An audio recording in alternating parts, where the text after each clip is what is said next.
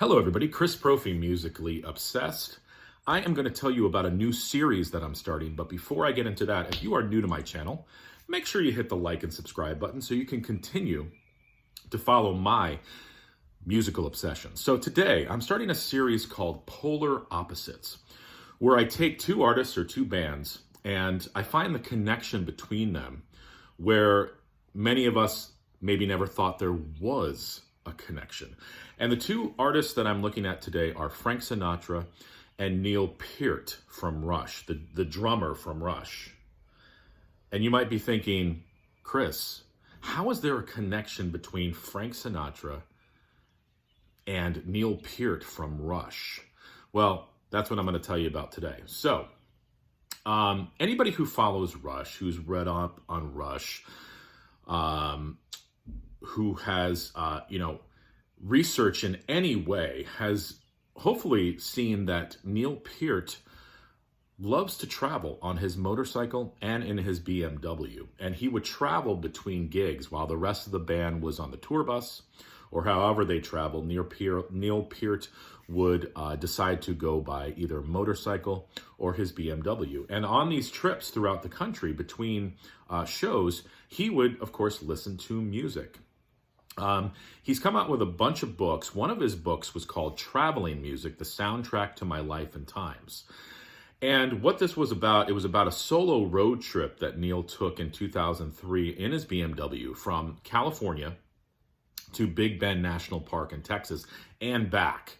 And he talks about all the songs and CDs that he was spinning in his car as he was on this trip and how they related to not only him in his life at that point, but sort of how they related to the trip in general. Really, really interesting read. And that is how I learned about the album Watertown by Frank Sinatra, because Watertown was one of the albums that Neil would listen to on this trip. And I said to myself, okay, if Neil likes this record, because I always liked Frank Sinatra, I'd never heard this record before. I'm like, I bet you it's good. So I have it on CD, and I also have it on vinyl. Okay, now, this Frank Sinatra album is a concept record that came out in 1970, and it was written by Bob Gaudio and Jack Holmes. Bob Gaudio, of course, being from the Four Seasons.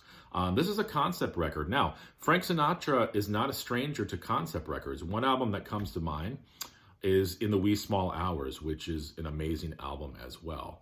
So by this point, Frank Sinatra had the whole concept record thing down. Okay, this is about a man from Watertown, New York. It's about the story of how this character's wife left him with his two boys, and how he deals with this loss. Now, here's why I love this album. First of all, Frank Sinatra is so believable in his performance. By this point, his voice was so well seasoned. It was not perfect, but what that gave it is an authenticity that I don't know if any other artist would have been able to do with this storyline. And the song cycle, I mean, anybody who's been through a loss, and if you listen to this music and this album and this storyline, it is definitely going to make a connection with you, okay? It wasn't a huge seller back in the day. It was sort of looked at as sort of a weak album in his discography. It didn't even chart in the top 100, but through the years, it really has gained popularity and has become sort of like a cult classic. And as I said, it's become one of my favorite Frank Sinatra albums, if not my favorite. You know, some days I'm like, this is my favorite Frank Sinatra album. I just love it that much, okay? Now, so Neil Peart would listen to so many different artists, but as I said, one of them was Frank Sinatra, and the album was Watertown. And I printed out a little excerpt from his book, and I wanted to read to you a little bit about what Neil Peart said about this album. So he says here, and then these are Neil's words: Sinatra's subtle, sincere expression of that character's life carried all the emotional subtext Jack Holmes had woven into the lyrics so skillfully, reinforced by Bob Gaudio, Charles Calello, and Joe Scott. For the listener, Watertown had more than stood the test of time. It had grown stronger and remained not only a personal classic, The whole album perfect for in-helmet singing on a long bicycle or motorcycle ride, but also a great American work of art. Those are some pretty hefty words from Neil Peart. He basically said it's an American work of art. It's something that we need to cherish.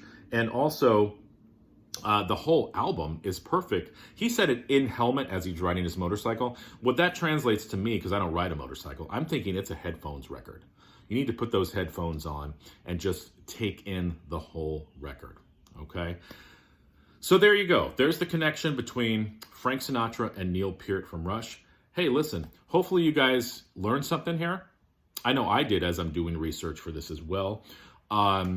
Check out Watertown. Let me know what you think. You might listen to it and still not like it, but that's okay too. Check out the book Traveling Music by Neil Peart. And I know he's got some other books that I want to check out as well. So here we go. Let me know what you think about this series, Polar Opposites. As I said, I'm going to try to do these on Sunday. And if it's something you guys like, I'll keep doing it. All right.